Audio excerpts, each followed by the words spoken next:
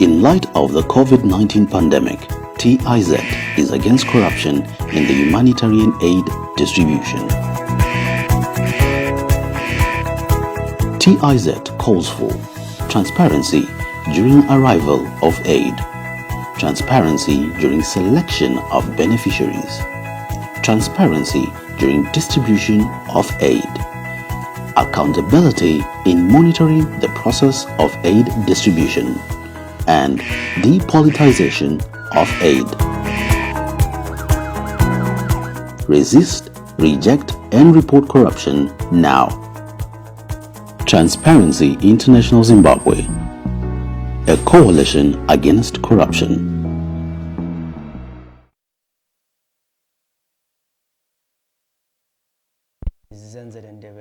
This time we are bringing you the Breakfast Club, and our guest today is none other than Cllr R.Jele. He's the councillor for Ward 22. This is a program brought to you by Transparency International Zimbabwe, and we are looking at the issues of service delivery, issues to do with corruption, transparency, accountability, and all those things like that. So we'll be talking to Cllr R.Jele about a number of issues relating to service delivery in the City of Kings. Last week we had Councillor Umlandu Ncube, who raised a number of very important issues, and we also talked about the issues of farmer vendors, the issues of water, and those are some of the issues that we'll be continuing today talking to Cllr R.Jele.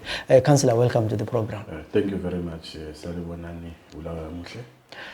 Yeah, I think to start with, one of the issues that we've been talking about this week is the water crisis in Bulawayo. What's the situation in your ward? Well, the situation, of course, my ward, it's just got a lot of houses, but the density and we've got a few lower areas where you discover watermans and those areas won't get water. So we rely on Bowsers, and fortunate enough in my ward we've got about 22 boreholes. So my Bowsing as younger people have got the liberty to use the Bowsers. But of course we've got the challenge of these boreholes will continuously break down. But the council will always be there to jump in and fix here and there. So whenever there is a crisis, there is also an opportunity for corruption. So don't you have cases where abantu start charging for water? Well, in my instance, we've got chairman Bezgaba, Lavane sitting chairman Magazibuti. They are the ones about controller anything that comes whether Ngamanzi, whether in Pupu, they're the ones who take charge of such programs. Minoa Mumsevens is just to oversee my problems. It's one here and there. But basically, like I said, it's very so I really don't have that problem. Abantu baba affected ngabantu abafuna ukucontrol amanzi kakhulu.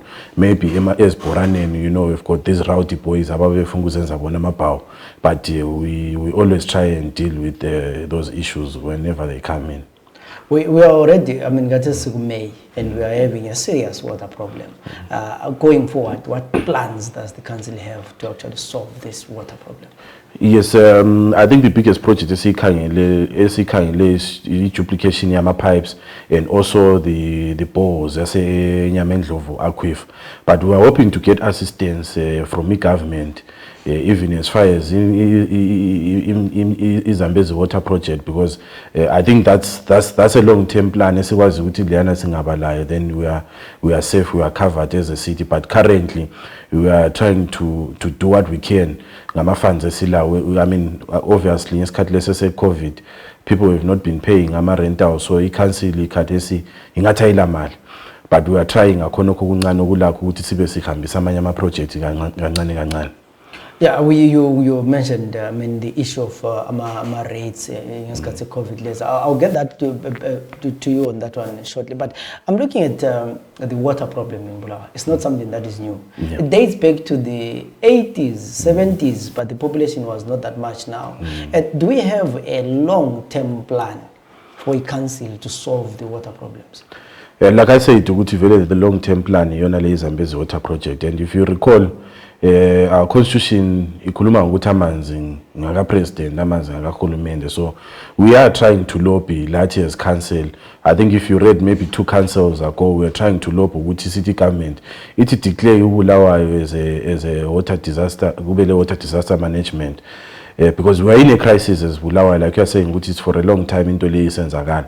So we are trying to lobby government to assist us, sithola ama funds, so that is push our long-term project, which is this water project. Yeah, let's get to the issue of rentals. We know that a lot of people have not been working, and yet people are supposed to pay bills, they're supposed to pay rentals. And as council, I mean, what's your position on this issue of paying, especially bills? Well, I think the position here council is people have to pay. We have to pay our bills. Of course, we understand the issue with like our economy and tomorrow. But at the end of the day, people have to pay because even as COVID, council did not stop providing services. I'm housing officer we encourage people ukuthi bebehamba besiyabhadala, and we still encourage people ukuthi khonokho abakutholile behambe bebhadala even in hard times, so that council inga down, continue ihamba. Yeah, but I mean, one of the issues again that we've been talking about this week, and even it was a big issue in the program last week, is the relocation of vendors. I mean, there has been a lot of talk about that. I mean, Cllr is one place where bulk sales are supposed to go, or farmers are supposed to sell their produce. Has the program started? No, it has not started, but what I can say is Cllr have got illegal vendors abathengisa okungekho emthethweni. And it's more like a market, but I know council is trying its best to have a regularized place where those bulk farmers bazahamba khona phana behodisa amawezi abo. But ama bulk farmers lawa ngiyabonga farmers angeke tshone khona like the whole day. Maybe from 6 to 10 behodise behambe. Then we already had ama vendors ade bethengisa khona phana baza joina ilaba basuse market abahlala khona phana duzane ndawo Cllr, for instance ku 24 nearby and 22 iba esizaba allocate ama base there. So ama bulk farmers lawana bazabuya kuphela bezohodisa to abantu abathengisa khona phana beChayisa, so that people continue selling there was in terms of ama vendors it. And mina personally, I think it's really a good move. Because if you recall, your vision it is a council is to create a smart transformative city by year 2024. So I think in order for us to create a smart city, we must decongest the city. And in other ways, we are decongesting the city and also creating our economic vibrance among our local, our small local centers. We are creating economic vibrance in Konapan. So, personally, I think it is a really good move. And again, also, we are saying ukuthi abantu bengabi congested at town. Everyone ufuna ukuthenga amatamatisi uyagada umchove town. But if they've got izinto in front of their doorsteps, it becomes easier. Yes, if you are just joining us, this is the Breakfast Club. My name is Zanzele, and today in our program that is brought to you by Transparency International Zimbabwe, we are looking at service delivery. My guest is Cllr R.Jele, Ward 22, and we are talking about the service delivery in the city, looking at the water situation, the relocation of vendors, and also how, as the city, they have looking at the issues of corruption and making sure that there is no corruption in the city. But I mean, if you go to Cllr, already it's always crowded, vendors. Are you going to have space where you're going to accommodate those who were selling in town? Yeah, space is there. Of course, it's limited, and we are not saying which one come to town or Cllr. We are looking at some addresses which one to register. So we won't have everyone when kulumane siya Cllr. Labanye bazahamba usilabo Bule shopping center Mnyoro Manemo. So space sankhona sincane, but we are hoping ukuthi bona laba esibakhipile town will accommodate them Cllr abahlala duzane na Cllr. So what criteria are you going to use to make sure ukuthi wonke umuntu ade thengisa town has a place or ule pay Cllr without people having to pay someone something with the toll pay? Yeah, like I'm saying, it's not like everyone knows a hamba Cllr. Only those abahlala duzane na Cllr. And the council has got a database for everyone, every vendor.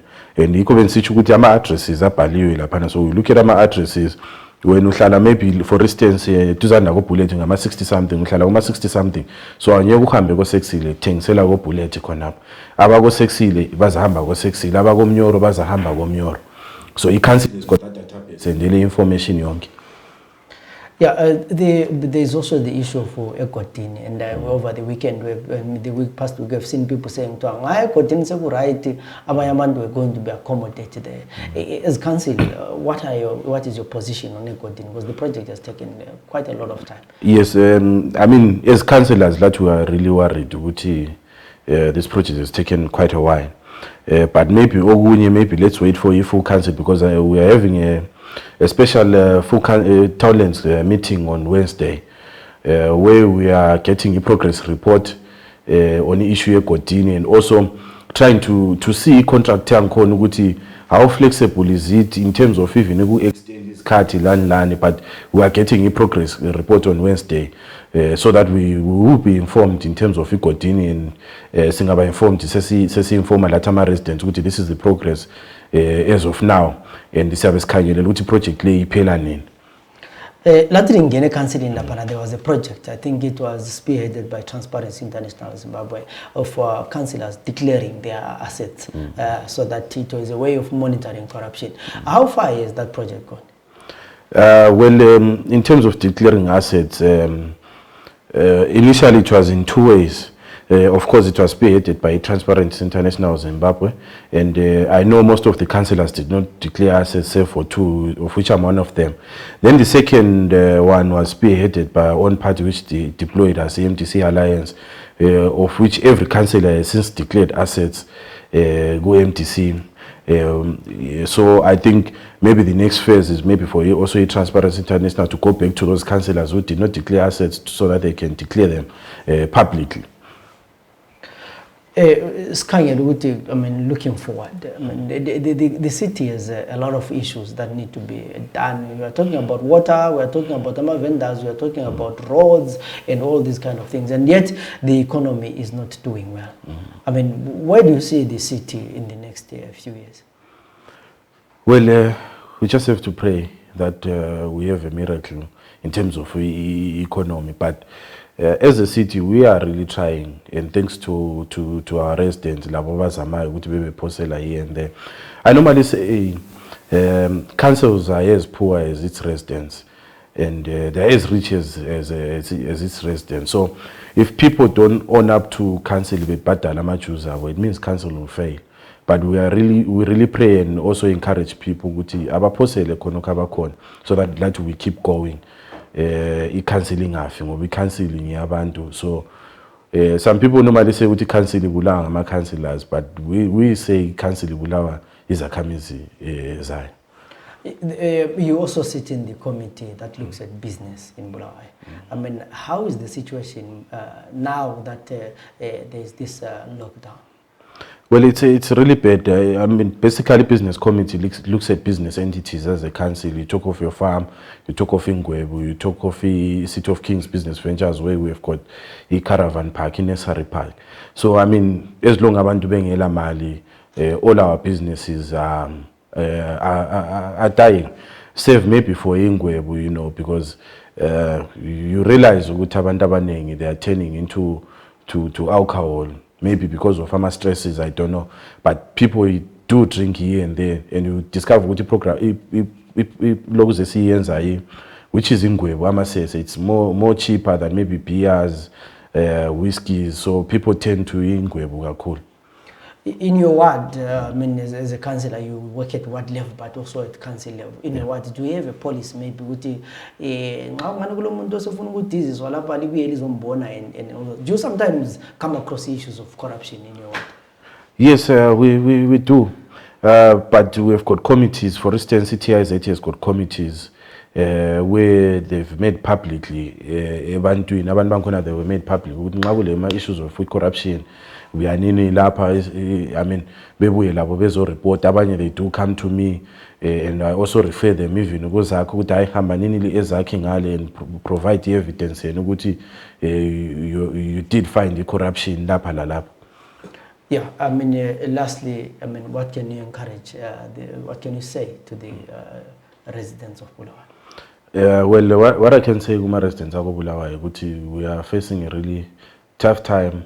Isikhathi se-COVID, as much as sifuna ukuthi siyesebenza sidinga imali, but we really need to be careful. We really need to stand guided by ama-regulations afakwa i-government, for instance, social distancing, hygiene, ukuthi sigeze izandla. So those things are very important, and let's try and avoid nje ukuba kuma-crowded places and gatherings, so that we stay safe, because kubuhlungu ukuthi maybe after this, for instance, mina kowa-22 sengiqala ukuyangcwaba abantu asebefile because of this pandemic.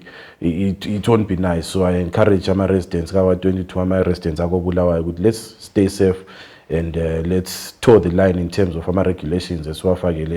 And also let's try and conserve water, because amanzi asisela. I mean, we are at around 30% amanzi, and also let's try and pay our bills. Thank you very much. Yeah, those are the most important words from Councillor R.Jele, especially looking at the COVID, that yes, the lockdown might have been relaxed, but the virus is still around. And the unfortunate part is that we seem to have just started the winter season, and health experts are saying, you know, the virus, the coronavirus spreads fast during winter. So we still encourage people to wear their masks when they're going out, to observe social distancing, and where possible, stay at home until it's safe to go outside. So that was Councillor talking to us about service delivery in the City of Kings, but specifically looking at the issues of corruption, the movement of vendors. We have had a lot of talk about that, the water shortage, a program that is brought to you by Transparency International Zimbabwe, who are encouraging you to shun corruption, but also not only shun it, but report it when you see it. My name is Zenze Ndebele. Till we meet again tomorrow. Tomorrow is actually weekend, so have a good weekend, and till we meet again on Monday, stay safe and stay at home. In light of the COVID-19 pandemic, TIZ is against corruption in the humanitarian aid distribution. TIZ calls for transparency during arrival of aid, transparency during selection of beneficiaries, transparency during distribution of aid, accountability in monitoring the process of aid distribution, and depolitization of aid. Resist, reject, and report corruption now. Transparency International Zimbabwe, a coalition against corruption.